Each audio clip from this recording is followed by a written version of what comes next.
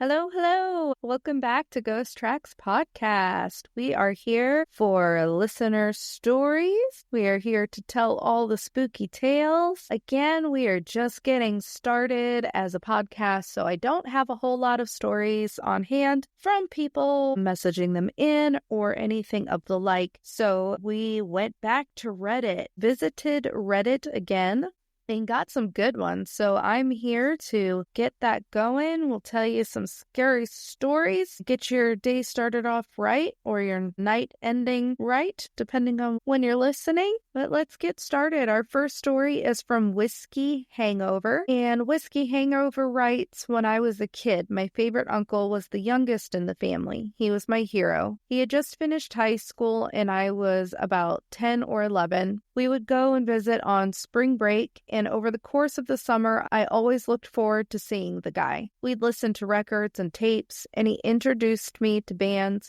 like The Cult and Inks, The Doors, Bowie, Stevie Ray Vaughan, and the like. As I entered my teenage years, my life started and my friends became the center of my universe, and those spring break and summer visits eventually stopped happening. Eventually, I graduated high school, and around the same time, my uncle started a family. A few years out of high school, and my mom called me up and let me know that my uncle had passed away.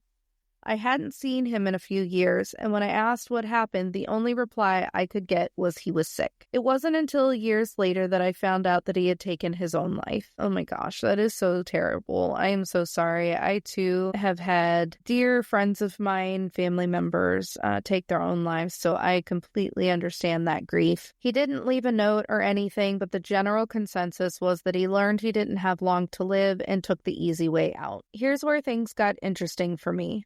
Shortly after the funeral, I started having dreams. I'm a pretty lucid dreamer, not in the sense that I can decide what I want to have happen in a dream, but I can recall my dreams in vivid detail. Maybe there's another word for that. I don't know. Anyway, I started having dreams about my uncle. Sometimes we were just sitting in his room from when I was a kid, listening to music and making jokes. Over the time, they became very strange. One dream I had, we were in a movie theater sitting really close to the screen and we were eating popcorn. The screen was playing something, but I couldn't distinguish what it was. And my uncle was talking, but I could not figure out what he was trying to say. Another was just the two of us in a hallway and all the doors were locked. The most troubling dream I had about the guy, which was also the most recurring, is when I found him sitting at a rope bridge. He would stare at this bridge and get up and try to walk across it, but there were snakes that would strike at him when he tried to cross. A snake would snip at him and he'd go back to where he was sitting and just look at me, then look at the bridge. So I'd walk onto this bridge and look across, and every few feet is a very angry snake. All the way across, I grabbed my uncle's hand and took him out onto the bridge, and he would be apprehensive because of the snakes. So I stood in front of him and kind of hopped up and down on the bridge. The momentum, or whatever you would call it, from me bouncing on this rickety old bridge made the snakes angry, but if you bounced enough on it, the snakes would eventually teeter over the side. It was a very strange eureka kind of dream. So my uncle would step out onto the bridge, walk a few feet, bounce the bridge so the snakes would fall off. The dream would always end with my uncle making it across the bridge and me getting this feeling of reluctance to follow him across. Then I would wake up with this overwhelming feeling of sadness. These dreams happened for almost 20 years. Oh my goodness, that is a long time. Always the same. Me and my uncle shooting the shit, or me helping him solve a puzzle of some sort. The snake and rope bridge was the most common. Never told a soul in my family about what my uncle and I were up to. I always thought it would be upsetting. Like he wasn't at rest. Like he was in purgatory or something. Maybe he was.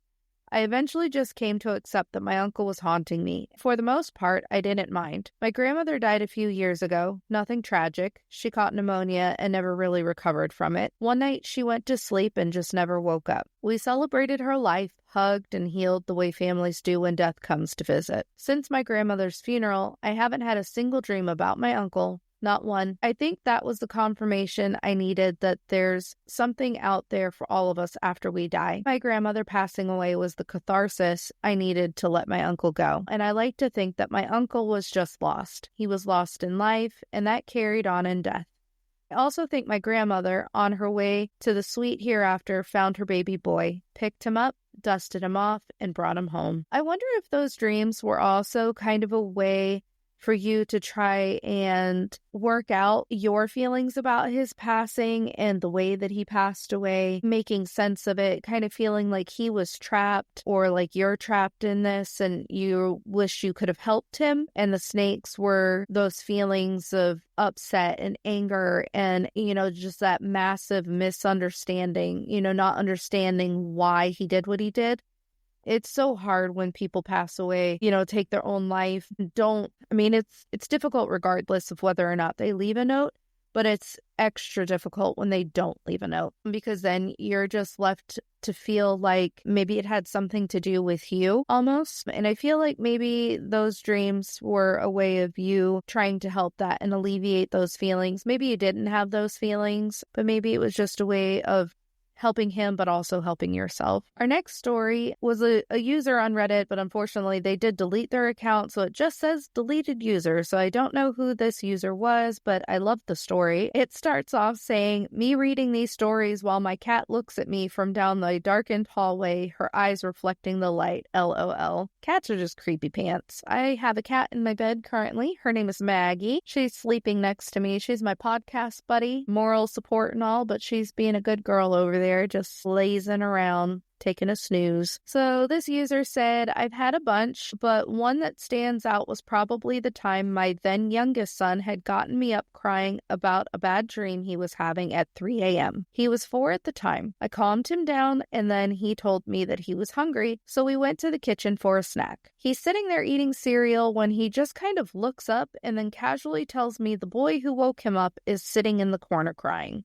Nope, that'd be a negative, guys. I told you, I think it was the last listener story. Kids, ghost kids, there's just something about them. And a little boy in the corner crying that you can't see, but your youngest kid can. That's just not a subscription that I'd be signing up for. And he nods to an empty corner of the room by the table where we're seated. I asked him why the kid is crying, just kind of humoring him when he tells me his mommy crashed the car up the road and now he's trying to figure out what's going on. He woke me up. Please tell him to go. Y'all, kids are so intuitive too. Living kids. I guess ghost kids could be intuitive, but living children, little guys, they're so intuitive. And I fully and wholeheartedly believe that kids can see things that us adults who have been hardened by life and had the shit kicked out of us by reality, or, the reality we're supposed to believe is reality, and work and responsibilities, and we just see things so differently, and we shut off those parts of ourselves that kids just have wide open, man. So me thinking it's my kid still shook from the bad dream, I look at the corner and say, hey kid, go back to your mom. I think you handled that better than I would have. The kid's sitting there and my son finishes his cereal and hands me the bowl. Just kind of joking around, I ask him if it worked and the kid left. And he looks at me really seriously and says, yes, he told me the ambulance is coming, so it's okay. They're all dead anyways. You guys, no! And not even a minute later, a string of cop cars and an ambulance go past our house, sirens blazing. See, look, I'm not super nosy, but if my kid was saying some shit like that, my not always nosy butt would be outside in the front lawn or on, the Google or the Instagram or the Facebooks. And I would be looking up the information and seeing if there was anything from the police departments. I'm not one of those people that has a police scanner in their house. Shockingly enough, honestly, I feel like that is something I probably would do, but I do not have one. But I would be investigating for sure. And I got this feeling of the most intense dread while the hair stood up on the back of my neck. I shook it off. I told myself it was just a kid's imagination and coincidence. We went back to bed. A few days later, my neighbor tells me all about the big wreck a mile up the street from us where some lady was going too fast and flipped the car coming around a curve and no one survived. At 3 a.m, on the night my kid had woken me up, I didn't dare ask her if a little boy was in the car. That is just so tragic. Look, I am from Indiana. I think most people in Indiana, we just drive fast. I could never put my kid in danger like that. I've always been very cautious, but that is so tragic. I'm so sorry. I hope the extended family of the people in that car are okay and, have found peace in their lives. That's tragic. Sorry, my other cat is also trying to come up here and love on me. His name is Ducky. He hasn't made it up here yet, but he's scooting along, so he's being a little distracting. I apologize. Our next story is from Grimlock. It states, in 2012, my grandmother suffered a major stroke resulting in hospice in her home with her children, grandchildren, great-grandchildren by her side. Friends and family were able to come by freely and spend time with her. I was very close to my grandma and was lucky to be able to share much of this time with her. For anyone that has ever been through hospice with a loved one, you will understand how hard this type of thing can be. One night, I was sitting at home in my office catching up on some work when all of a sudden the room filled with the scent of perfume. I'm not talking about a faint smell. I'm saying it was very distinctive and strong throughout the entire room. I stopped everything I was doing and said out loud to myself, "Something is wrong. That is Graham." I had not spoken to my family that day, but felt an urgent need to send a text to my uncle, whom was staying with her, to ask, "You guys okay?" This was at 11:20 p.m. I got a response right away saying, "Might want to come say goodbye, not okay." I quickly rushed over. Upon arrival, the living room where my family was congregated was very silent and filled with blank stares. Without saying anything, I walked straight to my grandmother and kissed her on the forehead, saying I love her. She was still warm, but no longer breathing. I told my uncle that I was there because Grandma had brought me there. I asked when she passed, and he replied saying 5 minutes before I sent my text. This puts the perfume in my office at nearly the exact same moment. No, I'm not going to say I was born into an Irish Catholic family, but I'm in no way a religious person. I would have been the first person to discount this type of story if it was told to me. But I must say, this experience had me thinking that there really is something more out there. And I felt it. I completely agree with you. Your grandmother was telling you that she had gone and, letting you know since you had not spoken to your family that day. I'm not a religious person as well. I am witchy woo-woo, as my mom likes to say. I am very spiritually inclined, definitely not an organized religion person. I believe in energy and things like that. And when we pass away, that energy has to go somewhere, and I believe that your grandmother's energy came to you to let you know that she had gone to the other side and to bring you to her, to give you that chance, even though she had already passed away, to give you that chance of her in her home still to say goodbye and have that moment with her remains. I'll talk a little bit more at the end of this episode if we have time about a very special experience that I had with a friend of mine who passed away when he came to me in a dream. But we'll see if we have time. I'll definitely share the story because it's something that I hold very near and dear to my heart. I will never ever forget that moment, that time with him. Let us move on, shall we? Our next story is by Rage Reset. This is my mother's story. I've no reason to doubt her, and she's never told another or been concerned with the supernatural. She does have a vaguely spiritual streak, but that's all. Mostly, she's pretty no-nonsense. When she retired, she got heavily into family history. At some point, she had obtained the diary of my dad's mother, who'd passed perhaps 20 years previously, who we all called Nan. Nan had been a very stiff and proper English type, called everyone dear, used adjectives like terribly and perfectly dreadful. That reminds me of The Haunting of Bly Manor. I don't know if you guys have ever seen that, but the little girl, perfectly splendid, and was always relentlessly formal and seemed to be slightly offended at all times. A little backstory for me, my grandmother, my mother's mom, was born and raised in Edinburgh, Scotland, and I was actually born in England. So prior to coming to the States, I did have a pretty thick English accent. Just coming from that background and coming from that country and being around those people, the description of slightly offended all times in regards to a proper English lady just cracked me up when I read this story because it is absolutely true, especially of the older generations. I was cracking up. I was dead. She was also an intensely private person and never wanted anyone knowing her business. So one night my dad was away and my mother, home alone, sits down with the diary and starts going through it. It starts raining. Nothing unusual since they live on the coast. She gets up and closes a few windows, goes back to the diary. The rain turns into a storm. It gets windy. She goes to the other room and shuts the windows there. Comes back to the diary. A few more minutes go by. She's been looking at the diary for maybe 15 minutes at this point. Suddenly, the intercom to her right bursts to life at full volume with just static coming from the speaker. They live in a 3-story house on the side of a hill that was originally built by an electrician. So there are a million lights, PowerPoints on every wall, and every room has an intercom. After recovering from the fright, she turns off the intercom. The one in the next room is still going full blast. She gets up and shuts that off and can hear the rest of the house downstairs still going, every intercom. I would have left the house at this point. I'm so sorry, but if there's a random storm like this blowing around and all of my intercoms are going off super loud and all this other shit's happening in my house, I would have seen myself out. The ghost did not need to tell me to leave. I would have been outie. She heads down to the middle level where the master unit is and turns the intercom off. She's heading upstairs when she notices all the pictures on the walls. My mother is heavily into hanging things on the walls. Big, small, paintings, family photos, there's a lot of frames on the walls, are all askew, all at similar angles, not random. Meanwhile, the storm has increased.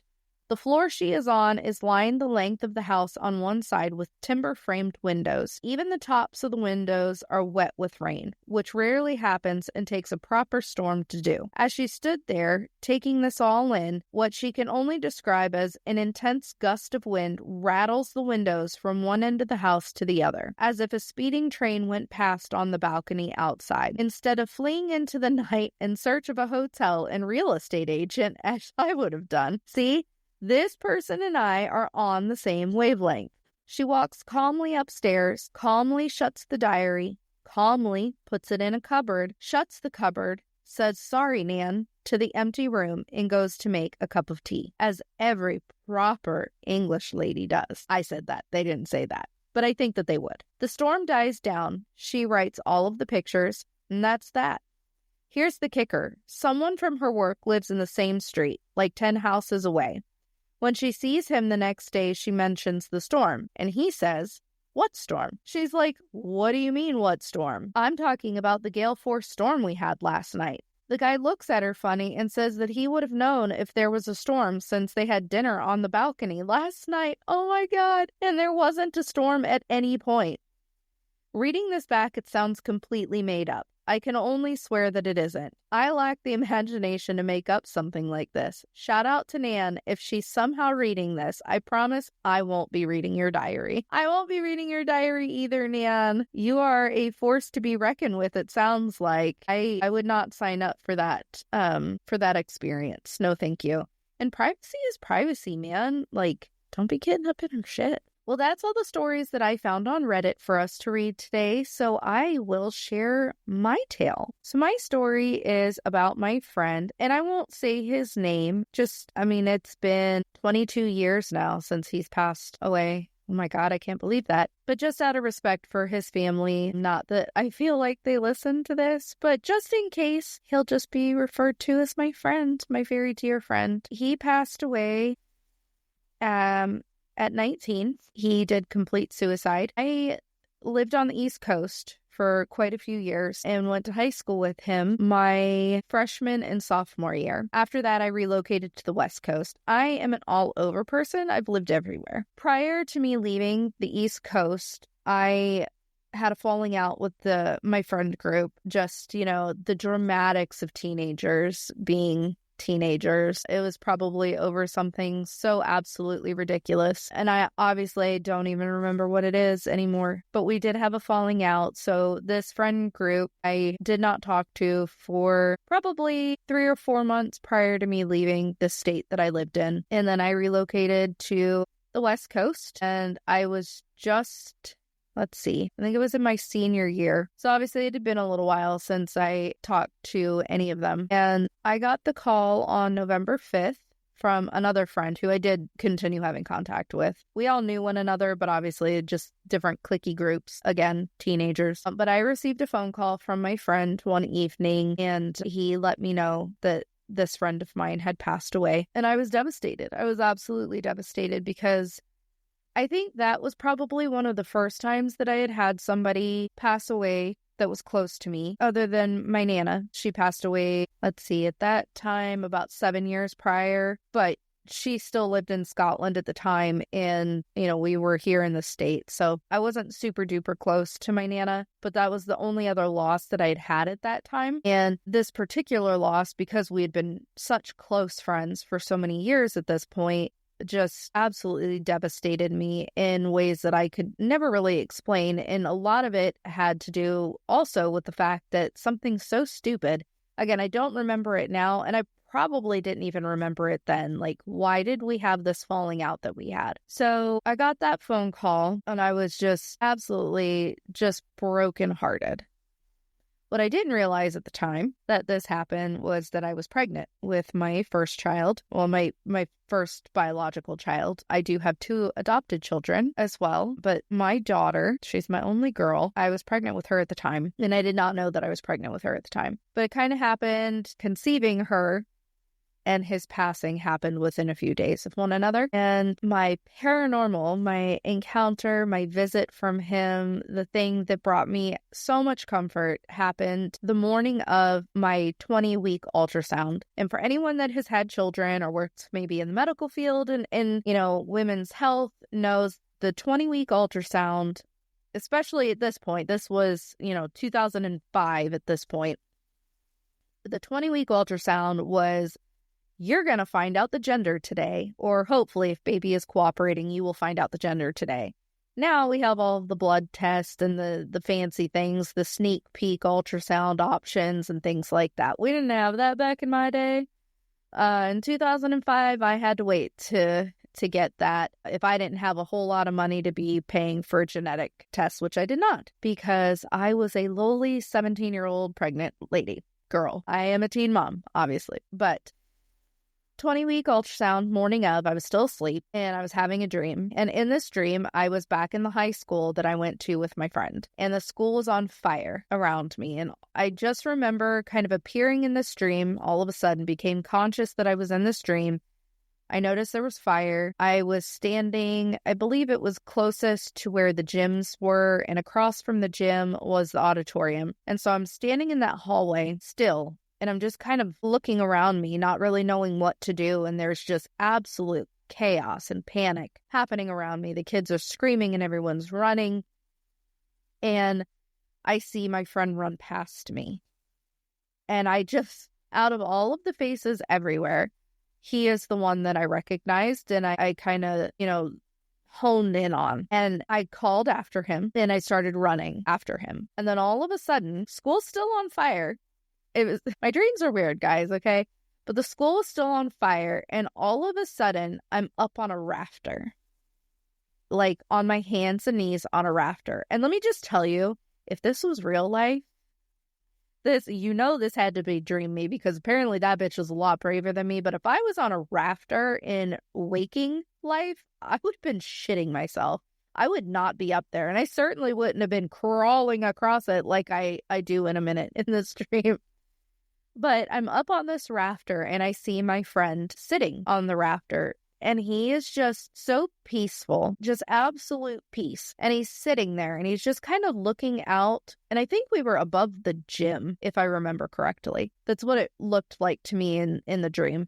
But he's sitting there on this rafter and he's looking out over this gym, and he's just so peaceful. And I crawl over to him on this rafter and I sit down next to him. And I ask him what he's doing here, because he's dead. How are you here right now? And he doesn't answer me. He doesn't respond to my question. What he does do, though, is look at me. Again, such a sense of peace and calm. No panic about him. He was so serene, and he looks at me and he just says, "How is your daughter doing?" I'm going to need a minute. I'm so sorry. It's been almost 20 years and I still can't talk about this dream without trying to burst into tears. But he asked me, "How's your daughter doing?" And then that was it. I woke up and I got out of bed And then I walked out into the living room and my mom was there because remember, I'm 17 years old and pregnant. And my mom says, "Are you ready for your appointment today?" And I said, "Yeah, I am." And she goes, "Do you have any thought to what your baby is going to be? Do you think it's going to be a boy or a girl?" And I said, "It's going to be a girl." And she said, "You seem awfully certain." And I said, "Well, I am certain because my friend told me." And obviously I used his name. And she said, "I thought he had died." And I said, "He did, but he just came to me in a dream and he told me that she's a girl. So I know that she's a girl." And that afternoon we went in for my 20-week ultrasound and it was confirmed that I was indeed having a girl. And I fully believe that being pregnant with her, having her at such a pivotal time in my life, not saying just because I was 17, I had her a month after I turned 18, but going through something so tragic, like losing my friend, a friend that to this day, again, it has been 22 years since he passed away. Later this year, it'll be 22 years since he's passed away. And I still cry to this day, missing this friend. And I am friends with his family on social media. And I do have these moments ever so often where I'm like, "God, your brother has children and they're just such beautiful children. And he had a sister as well. And, he's got parents and his family is growing and he would have just been the best uncle." And I know that he's out there and I know that he is watching over us. I know that he sees these children. I know that he watches his siblings. I know that. But he would have been such a great uncle and he was such a great brother in life that it just breaks my heart that he's not here physically to have those moments with his family. And his friends miss him so much. And it's even more tragic because many of those same friends in that friend group, many of them have passed away since he has as well. And I know they're up there partying together. I know they're up there just, got each other's backs and they're watching over everybody. But it's just one of those things, he struggled a lot in life and I understand that struggle myself. I've had those moments. I have had those ideations, those thoughts, that pain. But I truly do believe that he held my daughter before I did. I think that he brought her to me, that he kept her safe while I was pregnant with her spirit safe.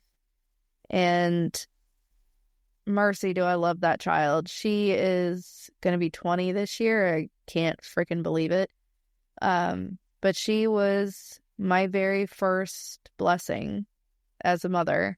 And I'll just never get over that dream. I'll never get over him carrying her because I know he did. And I'll never get over, him telling me that she was going to be mine. And after she was born, she was about 6 months old. I was having a particularly rough night and I was crying in my room. And I heard his voice clear as day, as like he was sitting right next to me. The room was empty. It was dark. It was in the middle of the night. And I was having a moment. And I heard him clear as day say, "Don't be sad." And I wasn't anymore. Like he's watching out for me. He's watching us. And I know that. And so what I have to say about this, since we've had, my story and then our other listener story with people that have passed away, that have taken their own life. And I know so many people have been affected and touched by suicide. If you are struggling, please reach out to somebody. You are loved. You are cared about. You have people that love you and that want you in this world. If you feel like you can't speak to somebody, there are so many resources for you to reach out to. I will put a suicide prevention number and some resources in our show notes for you to review and have on hand. I just don't want anyone to ever feel like they don't have options, they don't have somebody to talk to. There is always somebody to talk to. So I'll put those in the show notes. And for those of you who don't know what the show notes are there in our episode description. That is where those will be. On on any of the platforms that you listen to. So feel free to read through that. Sometimes I have some resources in there. Sometimes I have information about, whatever spooky thing we're talking about that day, pages that you can visit for the topics that we're talking about.